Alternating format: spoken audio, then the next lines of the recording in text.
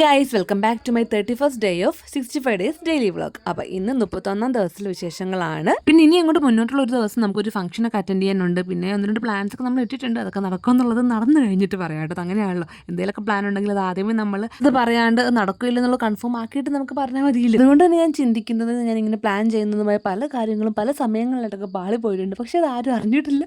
കാര്യം ഞാനത് അത് നടക്കില്ല എന്നുള്ള ആ വക്കിലെത്തിയത് മാത്രമാണ് ഞാനതൊന്ന് എവിടെയെങ്കിലുമൊക്കെ ഒന്ന് പറയുകയൊക്കെ ചെയ്യണത് കേട്ടോ. അപ്പോൾ അത് ഒരു നല്ല പോയിൻ്റാണ് നമുക്ക് മനസ്സിൽ വെക്കാനായിട്ട്. കാരണം നമ്മൾ എന്തും നടക്കുന്നു ഉറപ്പുണ്ടെങ്കിൽ, അല്ലെങ്കിൽ അത് നടക്കാൻ പോകുന്ന ആ ഒരു സിറ്റുവേഷനിലെല്ലാം ഒക്കെ പറഞ്ഞാൽ മതി.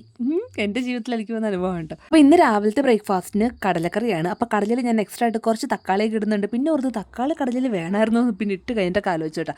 ഉരുളക്കിഴങ്ങാണ് നോക്കിയത്, ആ സംഭവം തീർന്നായിരുന്നു. അതുകൊണ്ട് പിന്നെ തക്കാളി ഉള്ളത് പകുതി എടുത്ത് മുറിച്ചിട്ടു. ഞാനിങ്ങനെ എന്തെങ്കിലുമൊക്കെ ഇങ്ങനെ ഇത്ര ടേസ്റ്റ് കൂടുന്ന ഐറ്റംസ് ഒക്കെ ഇങ്ങനെ ഇടാറുണ്ട്. എനിക്ക് എന്തെങ്കിലും കറി, ഇപ്പോൾ ഒരു ഫുഡിന് എനിക്ക് ഒരു കറി ആണെങ്കിലും ഒരു നേരം കഴിച്ചാൽ മതി. പക്ഷേ ഇത് നല്ല രുചിയായിട്ട് കഴിക്കണം ആഗ്രഹമുണ്ട് കേട്ടോ. ഒരു കറി ഒരു ചമ്മന്തിയാണ്, ചമ്മന്തി നല്ല ടേസ്റ്റിൽ കഴിക്കണമെന്നാണ് എനിക്ക് ആഗ്രഹം. അല്ലാണ്ട് 3-4 കറികൾ അങ്ങനെ വേണമെന്നില്ല. വെച്ചാൽ 3-4 കറികൾ കിട്ടിയാൽ കഴിക്കില്ലെന്നല്ല, കഴിക്കും. പക്ഷേ എനിക്കിഷ്ടം, ഞാൻ പ്രിഫർ ചെയ്യുന്നത് ഒരു കറിയായിരിക്കും ടേസ്റ്റ് ഉള്ളത്. അപ്പോൾ ഇന്ന് നമുക്ക് അപ്പമാണ്, കള്ളപ്പമാണ് കേട്ടോ. അപ്പോൾ അത് ഞാൻ നമ്മളങ്ങനെ എപ്പോഴും ഉണ്ടാക്കാറില്ല. അങ്ങനെ ലക്കിലി അത് കിട്ടിയപ്പോൾ അങ്ങനെ ഉണ്ടാക്കിയതാണ് കേട്ടോ.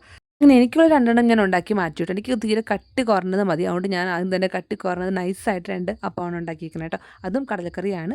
കടലക്കറി ഞാൻ ഉച്ചക്കത്തേക്ക് വേണ്ടി ചിലപ്പം ഒരുമിച്ച് രാവിലെ തന്നെ കൊണ്ടുപോകും, അല്ലെങ്കിൽ ഉച്ചയ്ക്കായിട്ടേ കൊണ്ടുവരും ഫുഡ് കഴിക്കാൻ. രാവിലെ ആയിട്ട് ജോലിക്ക് പോകുമ്പോൾ എനിക്ക് ഉച്ചക്കത്തെ ഫുഡും കൂടെ കൊണ്ടുവരും. ഇന്നലെ അല്ലുകുഞ്ഞിൻ്റെ വെച്ചുകൊണ്ട് കൂടി ടൈൽസിൽ എന്തൊക്കെയോ പടങ്ങളൊക്കെ വരച്ച് ക്രയോൺസൊക്കെ വെച്ച് വരച്ച് കൊളാക്കിയിട്ടേക്ക് വരുന്നു കേട്ടോ. അത് മാച്ചിട്ടൊന്നും പോകുന്നില്ല. അപ്പോൾ പിന്നെ ഞാൻ ഓർത്ത് വൈകിട്ട് വന്നിട്ട് ശരിക്കും ലോഷനൊക്കെ ഒഴിച്ച് മായ്ക്കാൻ ഓർത്ത് ജസ്റ്റ് ഇന്ന് തൂത്ത് മാത്രം ഇട്ടേക്കണം. ഹോള് മാത്രം തൂത്തൊക്കെ കിട്ടും. അപ്പോഴേക്കും സമയം പോയായിരുന്നു. പിന്നെ പോയിട്ട് പെട്ടെന്ന് റെഡി ആയിട്ട് ഇത് ഇറങ്ങുവാണ് കേട്ടോ. ചൂടുകാലം ആയതുകൊണ്ടാണ് തോന്നുന്നു 1-2 പിള്ളേർ ഹോസ്പിറ്റലിൽ ഇങ്ങനെ മറ്റേ സൂര്യതാപമായിട്ടൊക്കെ വന്നിട്ടുണ്ട് കേട്ടോ. അപ്പോൾ നമ്മൾ ആ ഒരു ടൈമിൽ, ഒരു പീക്ക് ടൈമായ 11 മണി ടു 4 മണിക്കകത്ത് മാക്സിമം വെയിലൊക്കെ കൊള്ളാണ്ട് നോക്കുക കേട്ടോ. പക്ഷേ പിള്ളേരൊക്കെ ഉണ്ടെങ്കിൽ എന്തൊക്കെ പറഞ്ഞാലും ആ കളിക്കാനായിട്ട് അവർ ഇറങ്ങൂല്ലേ.